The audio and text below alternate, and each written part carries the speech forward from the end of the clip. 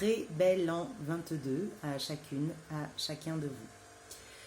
Je voudrais partager avec vous une expérience que j'ai vécue pour la nuit de la Saint-Sylvestre. J'ai pris une graine de moringa. Donc le moringa est une plante, un arbre que l'on retrouve en Afrique, en Asie, dans les Amériques. Donc c'est quand même assez extraordinaire de trouver cet arbre qui est cette plante qui est du coup merveilleuse pour des tas de vertus et bien sûr sur plusieurs continents. Ça c'est quelque chose qui me fascine en fait. Pour en revenir du coup à mon expérience, j'ai pris une graine de moringa donc qui se mange, je l'ai mangée.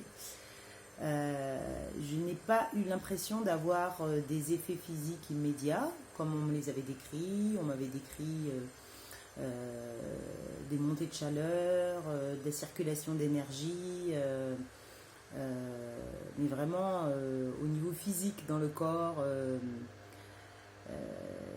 les mains en fait, avec comme une sensation vraiment très forte de magnétisme, d'ouverture. Voilà, ça n'a pas du tout été mon expérience. J'ai passé cette nuit de la Saint-Sylvestre avec une amie chère et son compagnon et quelques-uns de leurs amis.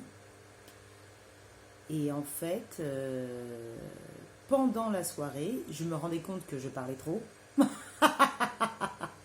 Ce qui est quand même très drôle, hein, puisque vous avez remarqué que c'est pas du tout mon truc de parler. Mais je parlais vraiment trop.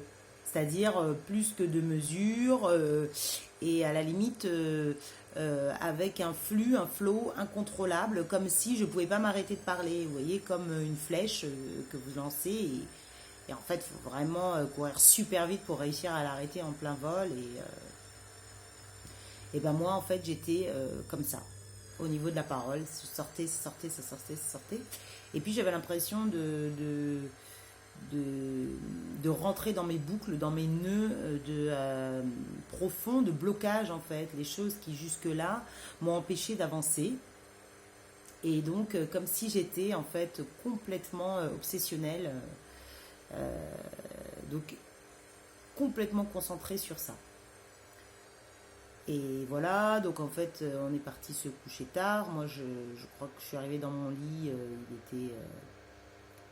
Enfin, le lit qu'on m'avait préparé gentiment là-bas, il était 5 heures, mais j'arrivais pas à dormir jusqu'à 6 heures du matin. J'étais vraiment réveillée, avec un R entre parenthèses, parce que je pense que ça me faisait aussi comme un éveil.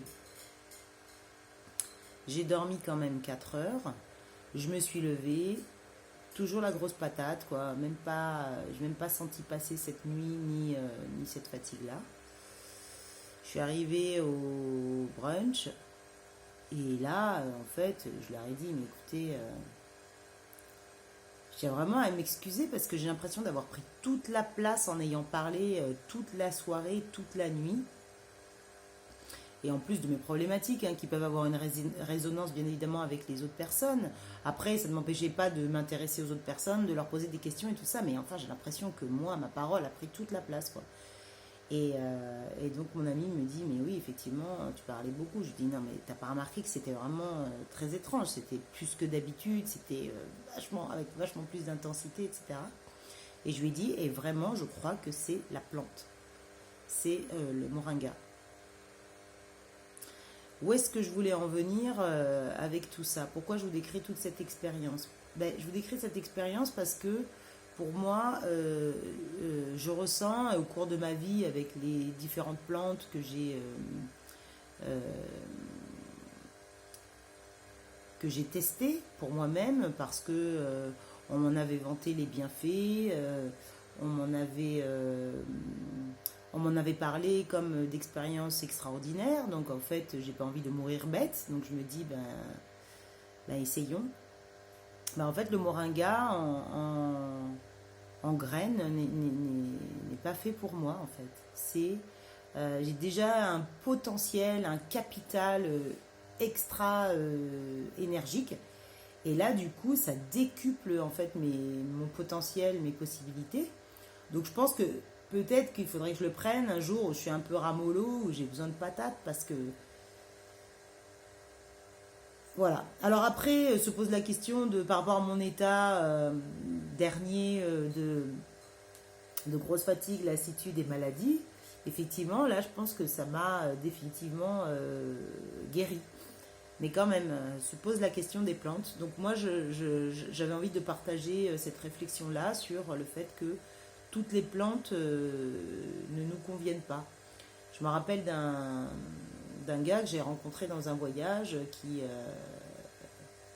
du coup, lui me parlait de la datura. Et il me disait, mais ça, tu vois, par rapport à ton énergie, c'est une plante, il faut jamais que tu t'y frottes. C'est pas du tout une plante pour toi, en fait. Et donc, je pense qu'effectivement, il y a des plantes pour nous et d'autres plantes qui sont pas, qui conviennent pas avec notre métabolisme ou alors qui peuvent nous faire vraiment traverser des expériences voilà, qui sont pas forcément les plus indiquées par rapport à notre nature ou à notre disposition, à nos dispositions naturelles. Enfin, c'est une réflexion, hein. Après, je pense que de toute façon, pour avoir beaucoup lu euh, à propos de parcours initiatiques, de plusieurs personnes, de chemins comme ça sur la voie chamanique, euh, en général, les plantes viennent à toi quand elles doivent venir à toi. Donc, ce que je me dis, c'est que le moringa, certainement, est venu à moi d'une façon à